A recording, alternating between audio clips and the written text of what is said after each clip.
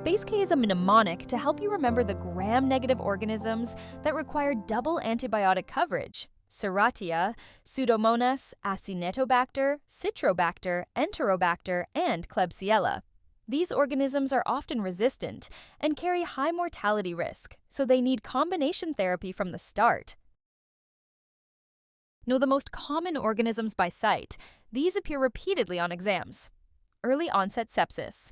GBS dominates in term babies, but E. coli takes over in preterm infants. Late onset sepsis flips the script. Coagulase-negative staph leads, followed by S.aureus. For meningitis, it's GBS, then E. coli, then Listeria. UTs follow E.coli, Klebsiella, then Enterococcus. Osteomyelitis is S.aureus first, then Jeeps. Fungal infections. Candida albicans beats parapsilosis. CMV dominates congenital infections overall. For conjunctivitis, chlamydia is more common than gonorrhea. Memorize this hierarchy. Exam questions often ask most likely organism based on clinical scenario. Timing patterns give you diagnostic shortcuts. Respiratory distress in the first 24 hours means GBS until proven otherwise. This reflects early onset sepsis patterns. Conjunctivitis timing is classic. Day 1 equals chemical irritation from prophylaxis. Days 2 through 5 suggests gonorrhea. Days 5 through 14 points to chlamydia. HSV vesicles appear days 5 through 21. Afebrile pneumonia at 4 to 12 weeks screams chlamydia. Remember, this organism causes both conjunctivitis and delayed pneumonia. Summer and fall meningitis suggests enterovirus, while winter bronchiolitis points to RSV. These timing associations help narrow your differential quickly. Temperature patterns in neonatal sepsis are counterintuitive. Hypothermia is more common than fever and actually more concerning. Hypothermia below 36 degrees Celsius is particularly worrisome in preterm babies with sepsis, severe gram-negative infections, and fungal disease. When you do see fever over 38.5 degrees, think late-onset GBS, RSV, UTI, or community-acquired infections. The key point: never rely on fever to diagnose or rule out sepsis in neonates. A hypothermic lethargic preterm baby is more likely septic than a febrile active term baby. Laboratory values provide objective markers for sepsis risk. IT ratio over 0.2 is concerning. Over 0.4 is highly concerning. Absolute neutrophil count under 1,500 increases risk. Under 500 indicates severe neutropenia. Platelets under 100,000 should make you think fungal infection. This combination is classic for candidemia. CSF white cells over 30 in term babies or 50 in preterm babies signal probable meningitis. Blood culture volume matters. Minimum 1 milliliter for adequate sensitivity. These cutoffs help you interpret labs systematically rather than guessing about significance. Empiric antibiotic selection follows predictable patterns. Early onset sepsis always gets ampicillin plus gentamicin. This covers GBS and E. coli. Late onset sepsis needs vancomycin plus gentamicin for staph coverage. Meningitis requires ampicillin plus cefotaxime for better CNS penetration. NICU babies over 30 days who are deteriorating need antifungal coverage added. Suspected Pseudomonas demands double coverage due to resistance patterns. Never use ceftriaxone under 30 days. Kernicterus risk from bilirubin displacement. For omphalitis, ampicillin plus gentamicin covers both staph and gram-negatives that cause this infection. Antibiotic dosing varies by age and indication. Standard ampicillin, 50 mg per kilogram every 12 hours under 7 days, every 8 hours after. Meningitis doses double to 100 mg per kilogram every 8 hours for better CNS penetration. Gentamicin and vancomycin dosing depends on gestational age. Younger babies get longer intervals due to immature kidney function. Acyclovir for HSV, 20 mg per kilogram every 8 hours for 14 to 21 days, depending on disease extent. These dosing patterns reflect age-related pharmacokinetic changes that affect drug clearance and toxicity risk. Treatment duration follows infection severity. Blood culture, negative with clinical improvement, 48 hours. Clinical sepsis with negative cultures, 5 to 7 days. Bacteremia gets 10 days, 14 for S. aureus due to metastatic complications. UTI needs 10 to 14 days. GBS meningitis requires 14 days minimum. Gram-negative meningitis 21 days. Osteomyelitis demands 4 to 6 weeks intravenous therapy. Candidemia treatment continues 14 days after the last positive culture. Classic triads provide instant recognition patterns: toxoplasmosis, hydrocephalus, intracranial calcifications, and chorioretinitis, rubella, cataracts, cardiac defects like PDA or pulmonary stenosis, and deafness. Congenital syphilis combines snuffles, that distinctive bloody nasal discharge, with bone lesions and hepatosplenomegaly. CMV presents with microcephaly, periventricular calcifications, and intrauterine growth restriction. Candidemia triad, thrombocytopenia, central venous catheter, and poor response to antibiotics. These combinations appear frequently on exams as pattern recognition questions. This is your quick reference hierarchy for the most common organisms by infection site. Memorize these patterns since they appear repeatedly on exams. Early onset sepsis breaks down by gestational age. GBS dominates in term babies, but E. coli takes over in preterm infants. This reflects the different risk factors and transmission routes between term and preterm deliveries. Late onset sepsis has a completely different pattern. Coagulase negative staph leads, followed by S.aureus, then gram negatives. This shift reflects healthcare-associated infections rather than maternal transmission. For meningitis, it's GBS first, then E. coli, then Listeria. UTI follows E. coli, Klebsiella, then Enterococcus, essentially the usual urinary pathogens. Osteomyelitis flips to S.aureus over GBS because staph has better bone tropism. CMV dominates all congenital infections. It's the #1 cause overall. For conjunctivitis, chlamydia actually beats gonorrhea despite all the attention gonorrhea gets for rapid progression. Among fungal infections, C. albicans remains more common than parapsilosis in most NICUs. These hierarchies help you answer most likely organism questions and guide your empiric therapy choices. Pathognomonic findings provide instant diagnosis clues. Blueberry muffin rash indicates CMV, rubella, or toxoplasmosis. Extramedullary hematopoiesis causes these purple lesions. Snuffles means congenital syphilis until proven otherwise. Cicatricial skin lesions suggest congenital varicella or HSV. Vesicular rash on palms and soles screams congenital syphilis. Satellite pustules around diaper rash indicate candida. Green discharge always suggests Pseudomonas. Ecthyma gangrenosum, those necrotic skin lesions, indicate Pseudomonas sepsis. Pseudoparalysis in a neonate means osteomyelitis or syphilis affecting bone movement. Red flag combinations demand immediate attention.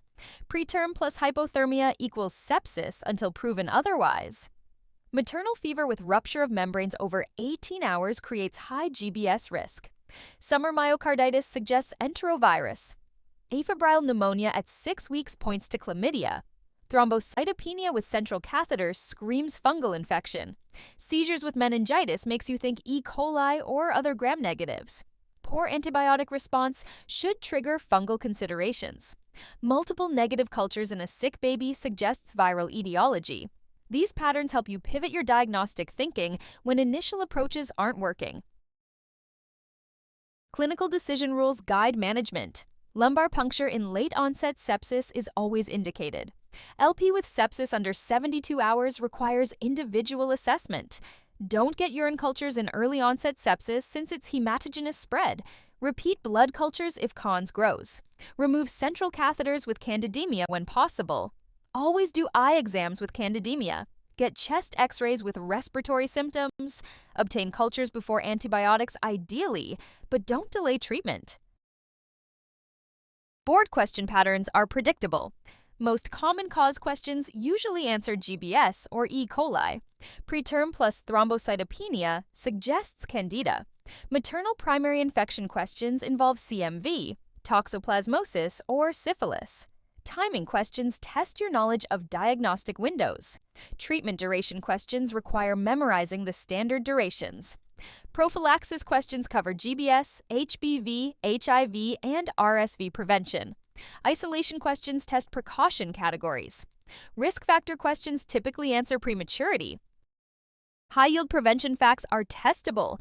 GBS intrapartum prophylaxis works when given 4 hours or more before delivery. HBV vaccine plus HBIG within 12 hours achieves 95% effectiveness. HIV prevention bundles reduce transmission to under 2%. Palivizumab reduces RSV hospitalization by 45 to 55%. Hand hygiene remains the #1 prevention strategy. Clabsy bundles reduce infections 50 to 70%. Fluconazole prophylaxis decreases invasive candida 80 to 90%. Erythromycin prevents gonococcal but not chlamydial conjunctivitis.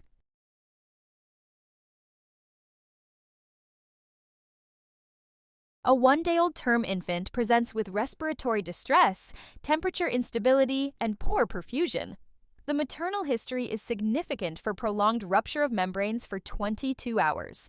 The most appropriate initial antibiotic therapy is ampicillin plus gentamicin, clindamycin plus nafcillin, vancomycin plus cefotaxime. The correct choice is ampicillin plus gentamicin. This question is testing your knowledge of early-onset sepsis treatment and appropriate empiric antibiotic selection. Ampicillin plus gentamicin is the appropriate empiric therapy for early-onset sepsis because it covers the most common pathogens: Group B Streptococcus, E. coli, and Listeria monocytogenes. Clindamycin plus nafcillin is incorrect because it doesn't cover gram-negative organisms like E. coli or Listeria. Vancomycin plus cefotaxime is incorrect because while it provides good coverage for late-onset sepsis, it's unnecessarily broad for early-onset disease and doesn't optimally cover Listeria. A newborn is noted to have hepatosplenomegaly, a maculopapular rash on the palms and soles, and persistent rhinitis. Snuffles! The maternal RPR is positive with a titer of 164. The most likely diagnosis is congenital rubella syndrome, congenital syphilis, neonatal herpes, simplex virus. The correct choice is congenital syphilis. This question is testing your ability to recognize the classic clinical manifestations of congenital syphilis. Congenital syphilis presents with the classic triad of hepatosplenomegaly, rash on palms and soles, and rhinitis or snuffles. The positive maternal RPR confirms the diagnosis.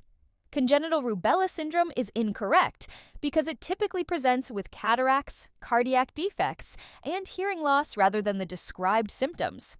Neonatal herpes simplex virus is incorrect because it typically presents with vesicular lesions rather than maculopapular rash and wouldn't cause a positive RP. A 10-day-old neonate presents with watery to purulent eye discharge. The infant was born vaginally to a mother with untreated chlamydia trachomatis infection. The most appropriate treatment is erythromycin eye ointment for 7 days, oral erythromycin for 14 days, topical sulfacetamide drops for 10 days. The correct choice is oral erythromycin for 14 days. This question is testing your knowledge of chlamydial conjunctivitis and its appropriate treatment. Oral erythromycin for 14 days is the treatment of choice for chlamydial conjunctivitis because systemic therapy is required to eliminate the infection and prevent chlamydial pneumonia. Erythromycin eye ointment is incorrect because topical treatment alone is inadequate for chlamydial infection and won't prevent respiratory complications. Topical sulfacetamide drops are incorrect because they're ineffective against chlamydia trachomatis and don't address the risk of developing pneumonia. A newborn is born to a mother who developed primary genital herpes lesions 2 days before delivery. The infant is currently asymptomatic. The most appropriate management is acyclovir prophylaxis for 24 hours, observation without treatment, surface cultures, and empiric IV acyclovir for 4 days. The correct choice is surface cultures and empiric IV acyclovir for 14 days. This question is testing your knowledge of neonatal herpes, simplex virus risk assessment and management. Surface cultures and empiric IV acyclovir for 14 days is appropriate because primary maternal HSV infection near delivery poses a very high transmission risk, 25 to 60%, even in asymptomatic infants. Acyclovir prophylaxis for 24 hours is incorrect because it's insufficient for preventing neonatal HSV given the high risk. Observation without treatment is incorrect because the risk of transmission with primary maternal infection is too high to justify a wait-and-see approach. A preterm infant born at 28 weeks gestation develops apnea, bradycardia, and feeding intolerance at 2 weeks of life. Blood culture grows coagulase-negative staphylococci from 2 separate samples. This organism most likely originated from breast milk contamination, central venous catheter colonization, maternal vaginal flora during delivery. The correct choice is central venous catheter colonization. This question is testing your understanding of late-onset sepsis pathogens and their sources. Central venous catheter colonization is the most likely source because coagulase-negative staphylococci, TONs, are the leading cause of late-onset sepsis, particularly in infants with central lines. CoENs forms biofilm on catheter surfaces. Breast milk contamination is incorrect because while pathogens can be transmitted through breast milk, CoENs is primarily a skin organism that colonizes indwelling catheters. Maternal vaginal flora during delivery is incorrect because this would cause early onset sepsis within 72 hours, not infection at 2 weeks of life.